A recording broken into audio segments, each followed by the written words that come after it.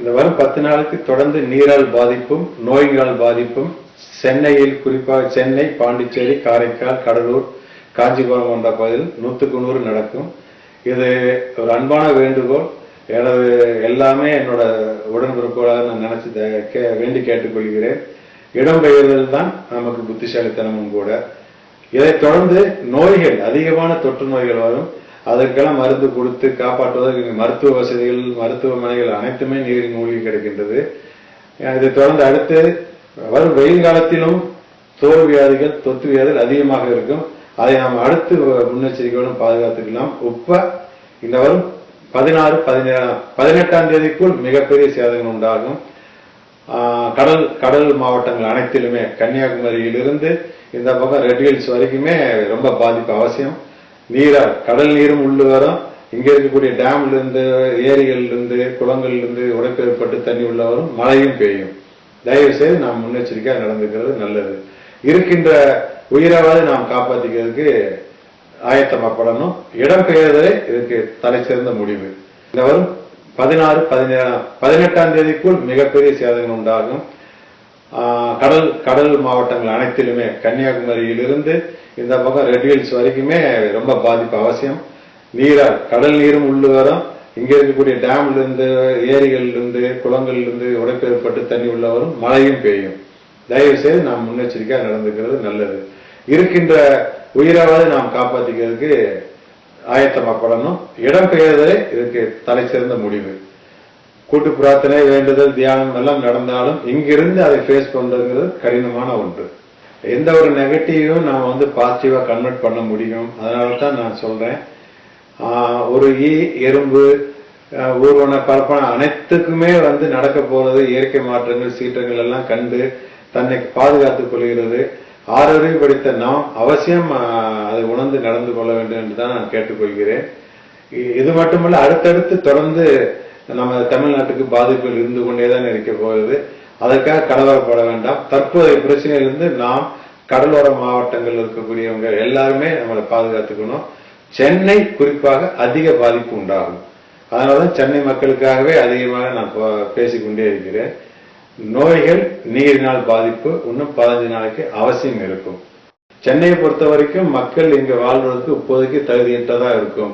நாம் எல்லாத்துக்குமே அரசாங்கத்தையும், ராணுவத்தையும், காவல்துறையுமே எதிர்பார்த்து, அரசாங்க அதிகாரிகளையும் நம்ம எதிர்பார்த்துட்டே இருக்க முடியாது. அவர்களுடைய வீடு, அவர்களுடைய குழந்தைகளும் வெள்ளத்தில் மூழ்கித்தான் இருக்கிறார்கள். அவங்க யாரை பாதுகாக்கிறதுன்னு தெரியாம, நீங்க எப்படி வீட்டை விட்டு நம்ம வெளியே வர முடியாம இருக்குமோ அது மாதிரி அவங்களும் வர முடியாம இருக்காங்க. அதை நம்ம கருத்தில் கொண்டு நம்ம தான் நம்மளை பாதுகாத்துக்கணும். இன்னைக்கு எல்லா மதமும், எல்லா இளைஞர்களும் சேர்ந்து மக்களை காப்பாத்திட்டு இருக்காங்க. எல்லா உதவிகளும் செஞ்சிட்டு இருக்காங்க. நீரால் பேரழிவு, அது கடல் கொந்தளிப்பாக தான் இருக்கும். அது சுனாமி நம்ம எடுத்துட்டாலும் சரி, சுனாமிக்கு ஈக்குவலானது. அதாவது திடீர் நீர் பெருக்கு. அதனாலதான் சொன்னேன், ஏரிகள் உடைஞ்சு தண்ணி வர மாதிரி கடல்ல இருந்து தண்ணி வெளியே வரும். மழையும் அதிக அளவு பெய்யும். இப்பொழுது பெய்ததெல்லாம் அளவான மழை தான். இனி பெய்ய போகிறது மிக அதிகமாக இருக்கும். இத பயமுறுத்துவதற்காக சொல்லல, நாம பாதுகாத்துக்காக தான் நான் சொல்றேன். தவிர்க்கவே முடியும். அது எப்படி அப்படி, அதாவது ஒரே ஒரு விஞ்ஞானி கண்டுபிடிக்கும் ஒரு அணுகுண்டை வச்சு உலகத்தையே அழிக்க முடியுங்கிற மாதிரி கன்ஸ்ட்ரக்டிவா பண்ண முடியும். ஒரே ஒரு தன்னை உணர்ந்த ஒருத்தர்னாலேயே முடியும். அவசியம் அது என்னாலேயும் முடியும். அதைத்தான் நான் கூறிக்கொண்டே இருக்கிறேன். கூட்டு பிரார்த்தனையினால், தியானத்தினால், பூஜைகளினால், யாகங்களால் இந்த மாதிரி இயற்கையை இயற்கையின் சீற்றத்தை தணிக்கவும் முடியும், தவிர்க்கவும் முடியும். இப்ப எல்லாருமே எல்லா மதத்திலும் அதை செஞ்சுக்கிட்டு இருக்காங்க. இதை எப்படி இதுக்கு சாத்தியங்கள் இருக்கு அப்படிங்கிறத நான் விஞ்ஞானபூர்வமாக செய்முறை விளக்கத்தோடு செய்து காட்டவும் தயாரா இருக்கிறேன். அதற்கு நான் ஏற்கனவே அறிவித்தபடி அந்த ஆன்மீகத்திற்கு ஒரு அங்கீகாரம் தேவை. அழுத பிள்ளைக்குத்தான் பால் எப்படிங்கிறது ஆன்மீகத்தோட தவிர்க்க முடியாத ஒரு கட்டாயமான கோட்பாடு. அது அவசியம். நான் என்னால முடிஞ்சது என் சக்திக்கு உட்பட்டு செய்து கொண்டிருக்கிறேன். கேட்கும் பட்சத்தில் அவசியமாக நானும் என்னை போன்றவரானும் செய்து காட்ட முடியும். எனக்கு தனிப்பட்ட விளம்பரம் தேவைன்னா நான் தனியார் சேனல்ல நான் காலையில் ஒரு ஸ்லாட் எடுத்து என்னை விளம்பரப்படுத்திக்கிறது ரொம்ப ஈஸியான வழி. அதில் எந்த விதமான தர்க்கமும் போட்டியும் கேள்வியும் எனக்கு இருக்காது. நான் இதை கூறுவது மக்களை பாதுகாக்க வேண்டும். கம்பேரிட்டிவ்லி பாத்தீங்கன்னா குஜராத்ல நடந்த உயிர் சேதங்களோட கம்பேர் பண்ண தமிழ்நாட்டுல இவ்வளவு பெரிய சேதத்துல பொருள்கள் தான் நிறைய அழிஞ்சிருக்கே தவிர உயிர் சேதங்கள் மிகவும் கம்மியா தான் இருக்கு. அந்த உயிர் சேதங்கள் கூட நம்ம நடக்காமல் பாதுகாத்துக் கொள்ளலாம். ஒவ்வொரு உயிரை மதிப்பதற்காக தான் அரசாங்கத்தில் எவ்வளவு சட்டத்திட்டங்கள், இவ்வளவு பாதுகாப்பு நடவடிக்கைகள் எடுக்கிறது.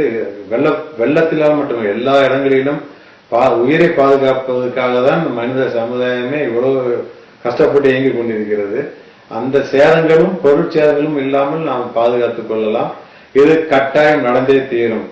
மற்றவங்க எல்லாரும் சொல்றாங்க, ஆணித்தரமா நான் சொல்றேன், மற்றவங்களும் சொல்றாங்க. யார் பேச்சையாச்சும் கேளுங்க. நான் சொல்றது அதுதான். ஏன்னா நடந்ததுக்கு அப்புறம் வருத்தப்பட்டு அன்னைக்கே சொன்னா நம்ம கேட்காம விட்டு வருத்தப்படுறதுக்கு கேளுங்க. நடக்காட்டின்னா நடக்கக்கூடாதுன்னு நானும் வேண்டேன், எல்லாம் வேண்டாங்க. நடந்துட்டா யோசிச்சு பாருங்க, இது நடக்கும். அதனாலதான் நான் சொல்றேன், நடக்கவே கூடாதுன்னு தான் நான் ஆசைப்படுறேன். நடக்கும். அப்படி நடந்துட்டா அட்லீஸ்ட் இப்ப இருக்கிறத வச்சு நம்ம பாதுகாத்துக்கலாம். நன்றி.